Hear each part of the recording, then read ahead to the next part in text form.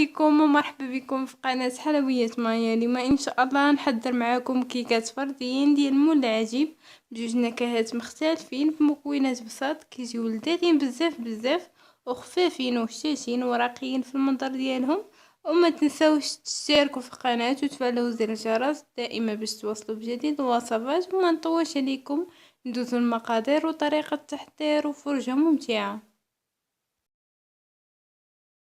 بسم الله، غنبداو بالمقادير وطريقه تحضير الكيك ديالنا. وكنحتاجو جوج ديال البيضات اللي يكونوا بدرجه حراره المطبخ. كنوضعوهم في اناء وكنبداو نطربو فيهم بالطراب اليدوي. غنضيفو عليهم كاس الا ربع من سكر سنيده او سكر حبيبات، وكنستمروا في التطريب ديال السكر ديالنا حتى كيدخل في البيض جيدا. من بعد ما طربنا البيض والسكر جيدا غنبداو نضيفو في الزيت تدريجيا. غنستعملو كأس الا ربع من الزيت وغنبقاو نضيفوه بالتدريج وحنا كنطربو في الخليط ديالنا.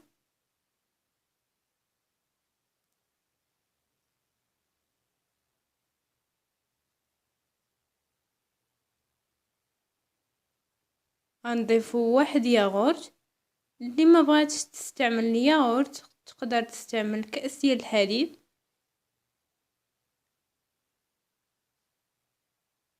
وغنستمروا في التطريب.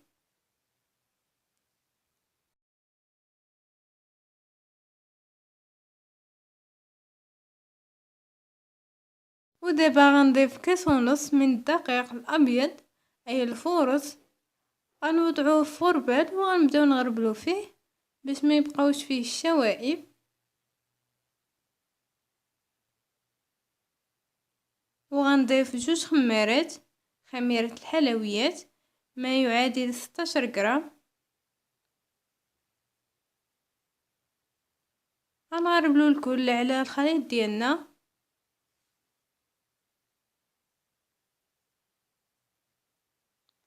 وكنبداو ندخلو الدقيق في الخليط بهذا الشكل.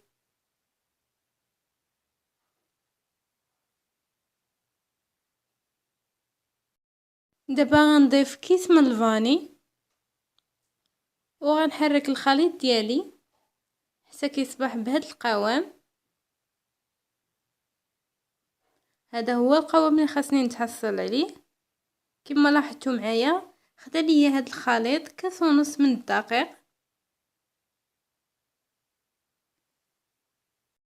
كنوضعوا الخليط ديالنا جانبا وكناخذوا ليمون ديالنا المول العجيب وكنبداو ندهنوه بالزبده.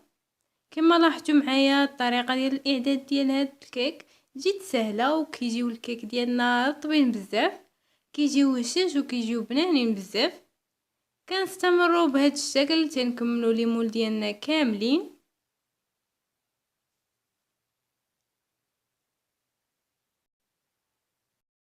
من بعد ما دهنا ليمون ديالنا كاملين بالزبده كنبداو نوضعوا فيهم الخليط. ما كنعمروهمش بزاف باش نخليو ليهم مكان فين يتنفخوا. بالنسبه لهذا الخليط خرج ليا 17 حبه من الكيك. الا بغيتو اكثر تقدروا تضاعفوا المكونات. كنستمروا بنفس الطريقه تنكملوا الكيك ديالنا كاملين وكندخلوهم من الفرن. ما يكونش مسخن من قبل. كندخلوهم للفرن وكنشعلوا عليهم غير من الاسفل حتى كيطيبوا لينا. بالنسبه للوقت كياخذوا ما بين 7 حتى 10 دقائق.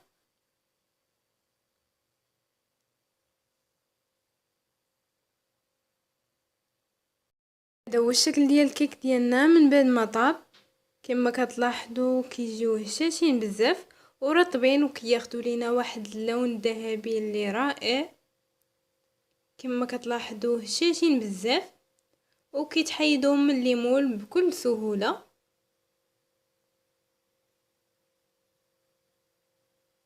كما لاحظتوا معايا مكونات بسيطه والطريقه سهله وكيجيب الكيك ديالنا خفافين بزاف.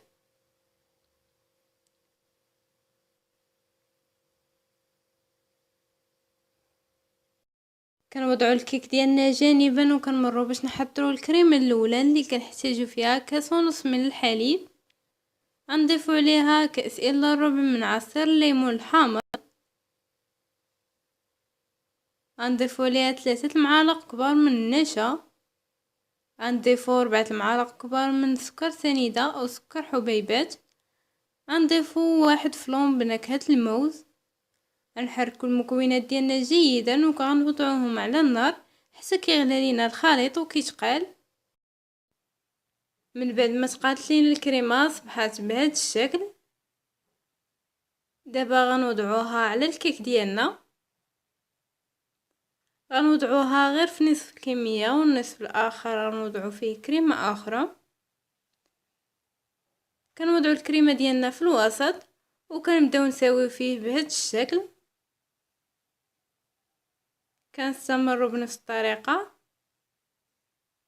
تنكملوا. غنمروا باش نحضروا الكريمه الثانيه اللي غنزينوا بها النصف الثاني من الكيك. غنوضعوا كاس من السكر في كاسرونه وغنوضعوها على النار. وغناخدو كاس من الحليب.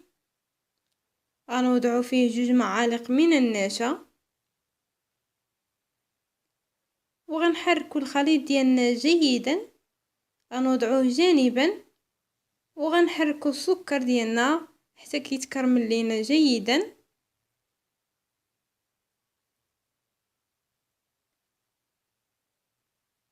كنستمروا في التحريك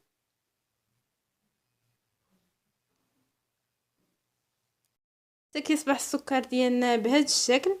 دابا غنضيفوا ليه نصف ملعقه من الزبده وغنحركوه جيدا.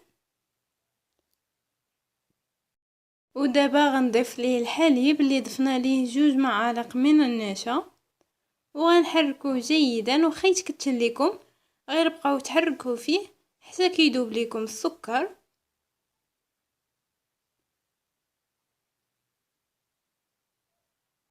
من بعد ما قادت لينا كريمه الكراميل صبحات بهذا الشكل. دابا غنوضعوها في الكيك ديالنا.